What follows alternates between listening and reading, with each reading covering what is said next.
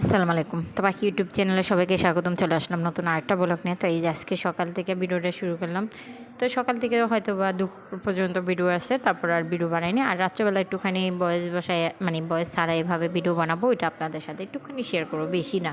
সব কথাও বলবো না, কিছু কিছু কথা পেটে পেটে রাখতে হবে। তো এই যে সকালে আমি ঝটপট রুটি বানানোর জন্য এভাবে আটা গুলা নিছি। আর এই যে এভাবেই আমি এখন 2 দিন ধরে রুটি, মানে 3-4 দিন ধরে রুটি বানাই। কারণ আমার হাতের ভিতরে যে গোটা হয়েছে, তো গোটা হওয়াতে অনেক ব্যথার ঠেলায় আমি মনে করলেন রুটি হাতে বেললা বানাইতে পারি না। কিংবা মাছ, তরকারি এইসব কাটা বাছা এইসবও আমার করতে এখন সমস্যা হয়ে যায়। তো অনেক আসি, পেরায় আসি। তারপরও মনে করলেন ছেলেদের জন্য নাস্তা বানাইতে হয়, রান্না করতে হয়। ঘরের এটুক কাজ আমার তো করতেই হবে, এটা না করলে আবার কে ভাবে আমি ঘরের বউ হলাম। মানে বাকি কাজ তো আমি মানুষ দিয়েই করাই, এটুক তো কাজ করতে হবে। তারপর ওই যে আমি তো বললাম যে না, আজকে অনেকগুলি কথাই বলবো, আপনাদের সাথে শেয়ার করব। কাজের লোকের কথাই বলি, যেন আমি যখন কাজের লোকের মানে কাজ করার জন্য একটা মানুষকে নিয়েছি, তো নেওয়ার সময় ওই সময় বলেই নিয়েছি, দেখেন আমি আর বললাম হাতের সমস্যা, আমি বললাম কাজ কাম বেশি একটা হাতের ব্যথার জন্য করতে পারি না। আমার হাতের ভিতরে জানি আসলেই কী জানি হয়েছে, তো ওটার ব্যথায় আমি কাজ করতে পারি না। তো বললেই নিছি যে একদিন পর পর একদিন ঘর মুছা দিবেন। তারপরে আমি আপনাদের ভাইয়া বাজার থেকে মাছটা আনবো, বেশি মাছটা আনলে কাইটা বেছা দিয়ে যাবেন। মাঝে মাঝে একটু তরকারিও কাইটা কুইটা দিয়ে যাবেন যদি আমি ডাক দিই। তারপরে আইসা থালাবাটি তো 2 বেলা ধুবেনই, আর ঘর তো ঝাড়ু দিয়েই যাবেন। তো এখন কী করে জানেন, মানে হুকুম দিলে ঘরটা মুছে, না হলে ঘর 3 দিন 4 দিন জায়গা, তারপরে ঘরটা মুছে না, এটা করে না সেটা করে না। তো আমি যে এত মানুষকে এত বিশ্বাস করি, এত বিশ্বাস করে এক একজনের কাজে নিই, এটা করি সেটা করি। আপনাদের ভাইয়া বারবার বলে যে তোমার কাজে নেওয়া দরকার নাই, তুমি একটু কাজ নিজেই করতে পারবা। তুমি ওই 2 দিন পর কিংবা 1 দিন পর তুমি ঘর মুছো, তোমার কারো কাজে নেওয়ার দরকার নাই, টাকাটি দেওয়ার দরকার নাই, তোমার টাকাটি তোমার কাছে নিজের কাছেই রাখো। আমি নিজের শরীরের বাঁচানোর জন্য মনে করেন ঘরে যে নিজে একটা কাজের মানুষ রাখছি। মানে শরীর বাঁচাবো কি, এখন মানে মুখ বাঁচাইতে পারতেছি না।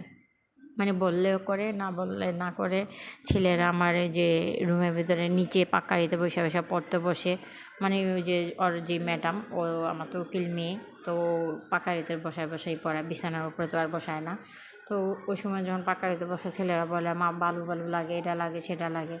এখন কি বলবো বলেন তো, মানুষকে এত হুকুম দেয় কি কাজ করান যায় না।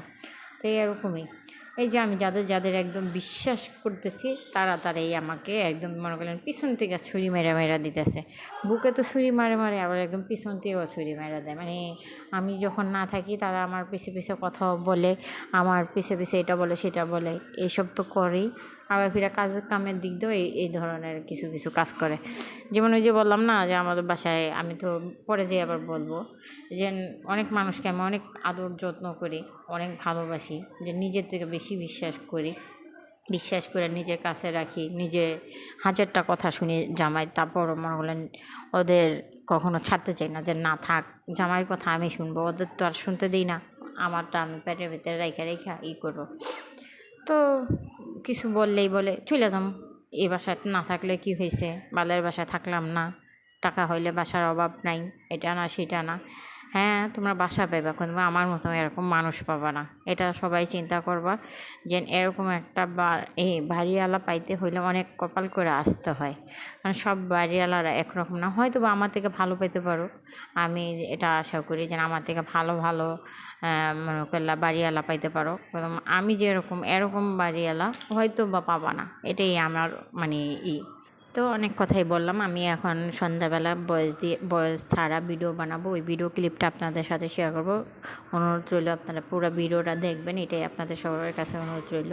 আর যারা আমার নতুন ভিডিও দেখবেন, দেখা যদি ভালো লাগে প্লিজ আমার চ্যানেলটা সাবস্ক্রাইব করে দেবেন। তো ওই যে বিকালবেলা ছাদে আসছিলাম, তো ছাদে একটু ভিউ আপনাদের সাথে শেয়ার করলাম, আর বাকিটা আমি রাত্রেবেলা ভিডিও বানাই আপনাদের সাথে। আসসালামু আলাইকুম, সবাই কেমন আছো বন্ধু বান্ধবীরা আমার, সবাই ভালো আছো? আজকে একটা কথা বলতে আসছি, 2 দিন ধরে ভিডিও দিই না, ভালো লাগতেছে না, এই জন্য ভিডিও দিই নি। আর আজকে তো লাইভেই যাইনি, ভিডিও দিব কোথার থেকে, তো তাও ভিডিওটা আপলোড করবো আজকে। তো ভালো লাগতেছে না, কী করব না করব, একদম ভালোই লাগতেছে না।